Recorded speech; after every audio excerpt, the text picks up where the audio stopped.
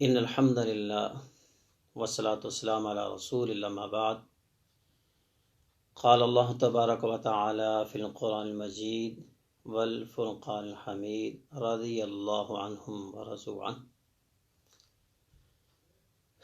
محترم سامعین کرام،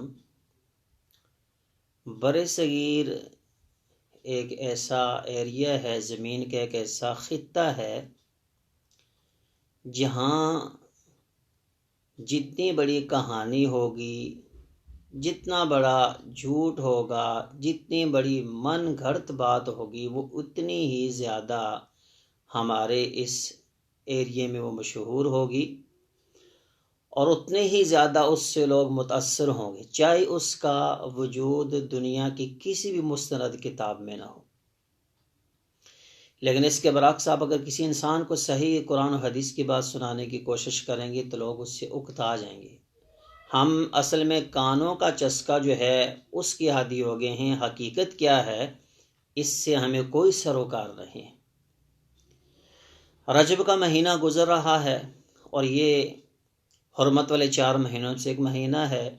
عرب کے اندر مزرع قبیلہ اس کی بڑی جو ہے وہ اہتمام کے ساتھ جو ہے نا اس کی قدر کرتے تھے، اس کو اپنے درمیان ایک بہت بڑا معتبر جو ہے نا وہ مہینہ سمجھتے تھے۔ اس کے اندر لڑائی جھگڑا، قتل و غارت، چوری ڈکیٹی ہر چیز سے باز آ جاتے تھے، تو اس لیے اس کو کہا گیا رجب و مزرع۔ لیکن ہمارے بر صغیر میں رجب کی 22 تاریخ کو جو ہے نا کنڈوں کے نام سے ایک رسم ادا کی جاتی ہے۔ پہلی بات تو یہ ہے کہ جس کا اسلام کے اندر جو ہے کوئی وجود ہی نہیں ہے، اور اس کے لیے جو کہانی گھڑی گئی، ایک واقعہ جو بنایا گیا، آپ حیران ہوں گے کہ اتنا جو ہے وہ عجیب و غریب قسم کا واقعہ ہے کہ بندہ ایک دم جو ہے سسپینس کا شکار ہو جاتا ہے کہ بھئی اچھا آگے کیا ہوگا، آگے کیا ہوگا۔ تو انسان حیران ہو جاتا ہے کہ دین کے نام پر بھی لوگوں کو اس طرح گمراہ کر سکتے ہیں۔ المختصر رجب کے کنڈوں کے حوالے سے جو ایک واقعہ، ایک قصہ بیان کیا جاتا ہے، وہ کہتے ہیں کہ امام جعفر صادق رحمہ اللہ تعالیٰ کے دور میں مدینہ طیبہ میں ایک بادشاہ کے محل میں ایک نوکرانی جو ہے اس کی وہ ملازمہ تھی۔ وہ ایک لکڑہارے کی بیوی تھی اور یہ بڑی غریب قسم کی فیملی تھی، کہ حالات بڑے ماڑے تھے۔ لکڑہارے نے جو ہے اپنا علاقہ چھوڑا، مدینہ چھوڑا، شام کے کسی ملک میں چلا گیا، وہاں جا کر اس نے محنت مشقت کی، لیکن حالات اس کے نہ پھرے۔ ایک دن یہ نوکرانی جھاڑو دے رہی تھی تو دیکھا امام جعفر صادق رحمہ اللہ تعالیٰ اپنے مریدوں کے ساتھ وہاں سے گزر رہے ہیں، اور وہاں چند لمحے کے لیے صحن میں ٹھہر گئے۔ پھر مریدوں سے پوچھا بھائی یہ کون سا مہینہ ہے؟ انہوں نے کہا جی یہ رجب کا مہینہ ہے۔ تاریخ کون سی ہے؟ اس کی 22 تاریخ ہے۔ اچھا آج میری پیدائش کا دن ہے، امام صاحب فرما رہے ہیں، تو جو آج کے دن میرے نام کے کنڈے بھر کر رسم ادا کرے گا اس کی جو بھی دلی خواہش ہوگی، مراد ہوگی، وہ پوری ہوگی۔ اگر نہ پوری ہو تو قیامت میں وہ میرا گربان پکڑ کر مجھ سے پوچھ سکتا ہے۔ اتنی بات کی اور امام صاحب آگے چلے گئے۔ اب لکڑہارے کی بیوی نے جب یہ بات سنی، اس نے کہا بات تو بڑی پتے کی ہے۔ گھر گئی، جا کر فوراً ختم دلایا کنڈوں کا۔ ختم دلانے کی دیر تھی، لکڑہارے کے دن پھر گئے، وہاں وہ لکڑیاں کاٹنے کے لیے جنگل میں تھا، اس سے کلہاڑی گری اور نیچے زمین میں لگی، اور اس کو محسوس ہوا کہ نیچے کوئی چیز ہے وہاں پر۔ جب اس نے کھدائی کی تو کیا دیکھتا ہے کہ وہاں تو خزانے کا ڈھیر لگا ہوا ہے۔ اب اس نے آہستہ آہستہ وہ خزانہ خچروں کے ذریعے مدینہ طیبہ میں منتقل کیا، اور وہاں کر اس نے اپنا ایک بہت بڑا خوبصورت ایک محل بنا لیا۔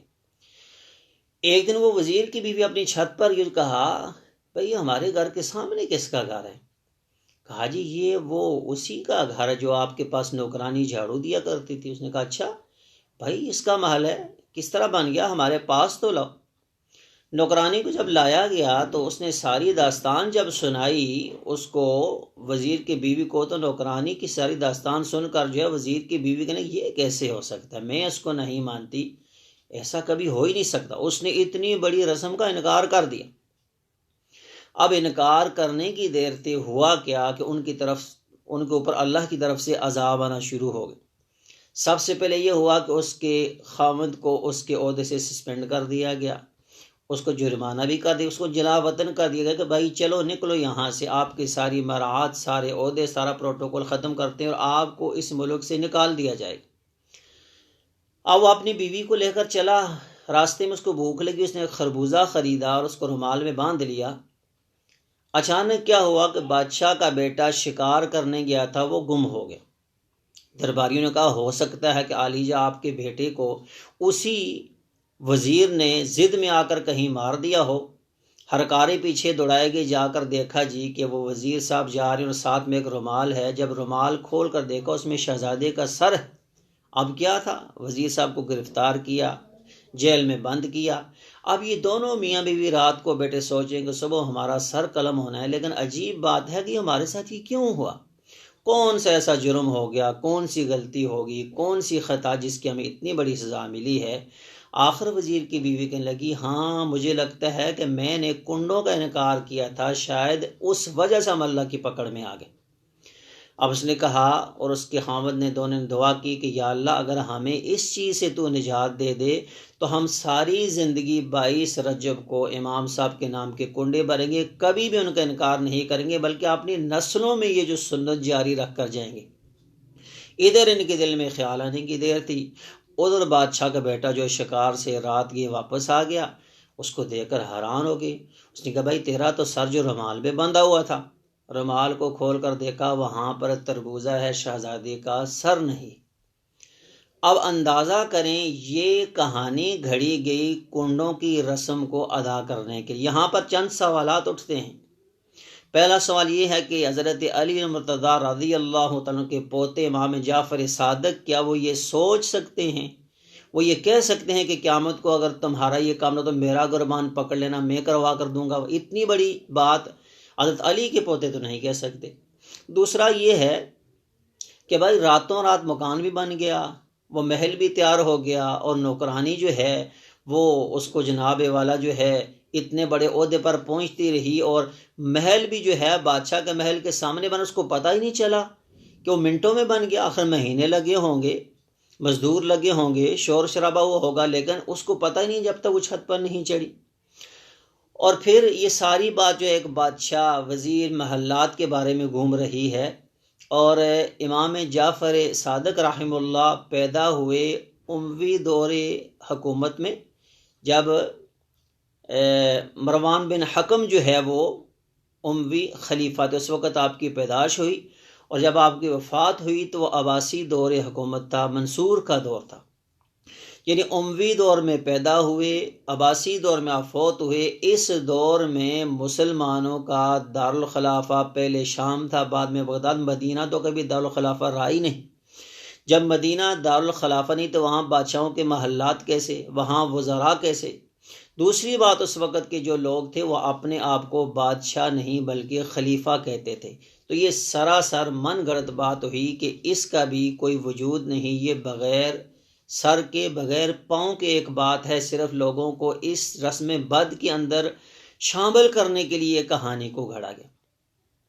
پھر اگلی بات یہ ہے کہ امام صاحب کی جو ہے وہ پیدائش وہ جناب اس مہینے میں رجب میں ہوئی نہیں ہے، آپ کی پیدائش رجب میں ہے ہی نہیں ہے، کسی بھی مستند تاریخ سے آپ کی پیدائش رجب میں کسی مستند کتاب میں لکھا ہی نہیں ہوا، اور نہ ہی آپ کی وفات ہے رجب میں۔ جب آپ رجب میں پیدا بھی نہیں ہوئے اور جب رجب میں آپ کی وفات بھی نہیں ہے تو پھر آپ کے نام کے کنڈے دینے کی بات 22 رجب کو کیوں؟ پھر جماعت علی شاہ صاحب، ان کے ایک مرید تھے مصطفیٰ خان صاحب، انہوں نے جواہر المناقب کے نام سے ایک کتاب، اس میں کہتے ہیں کہ 1906 کے اندر جو ہے نا ایک ہندوستان یوپی کا رہنے والا ایک شاعر تھا امیر مینائی، اور اس کا بیٹا تھا خورشید مینائی، اس نے یہ داستان عجیب کے نام سے کتاب لکھی۔ سب سے پہلے اس کو یوپی میں، پھر رامپور میں، پھر روہیل کھنڈ میں، پھر ہندوستان کے مختلف علاقوں میں پھیلایا، کرتے کرتے 1911 میں یہ پورے ہندوستان میں پھیل گئی، اور اس کے اندر دڑا دڑ جو ہے وہ لوگ بھی شامل ہو گئے جن کو اصل واقعے کا علم بھی نہیں تھا کہ یہ واقعہ، یہ من گھڑت داستان کس لیے بنائی گئی۔ اصل وجہ یہ ہے محترم بھائیوں کہ 22 رجب کو امیر المؤمنین حضرت امیر معاویہ رضی اللہ تعالی عنہ کا یوم وفات ہے، اور وہ لوگ جو دشمنان صحابہ خصوصاً دشمنان حضرت امیر معاویہ ہیں، انہوں نے اس رسم بد کا جو ہے نا وہ ابتدا کی، اس کو شروع کیا۔ سب سے پہلے یہ جو پوریاں بنائی جاتی ہیں ان کے لیے کہا جاتا تھا کہ یہ چھت کے نیچے ہی کھانی چاہیے، ان کو باہر نہیں لے کر جانا چاہیے، یہ چھپ کر کھانی چاہیے، ان کو باہر جا کر نہیں کھانا چاہیے۔ اس سے ان لوگوں کا پیٹ نہیں بھرتا تھا جو اس رسم میں انوالو تھے۔ کہانی اس کو باہر بھی لے کر جا سکتے ہیں، کوئی بات نہیں، جہاں مرضی جا کر کھائیں۔ اب شروع ان لوگوں نے کی جو حضرت امیر معاویہ سے بغض رکھتے تھے، اور آج ہمارے مسلمانوں کی اکثریت اس میں انوالو ہو کر نہ سمجھتے ہوئے ایک بہت بڑے گناہ کا، بہت بڑے جرم کا ارتکاب کر رہے ہیں۔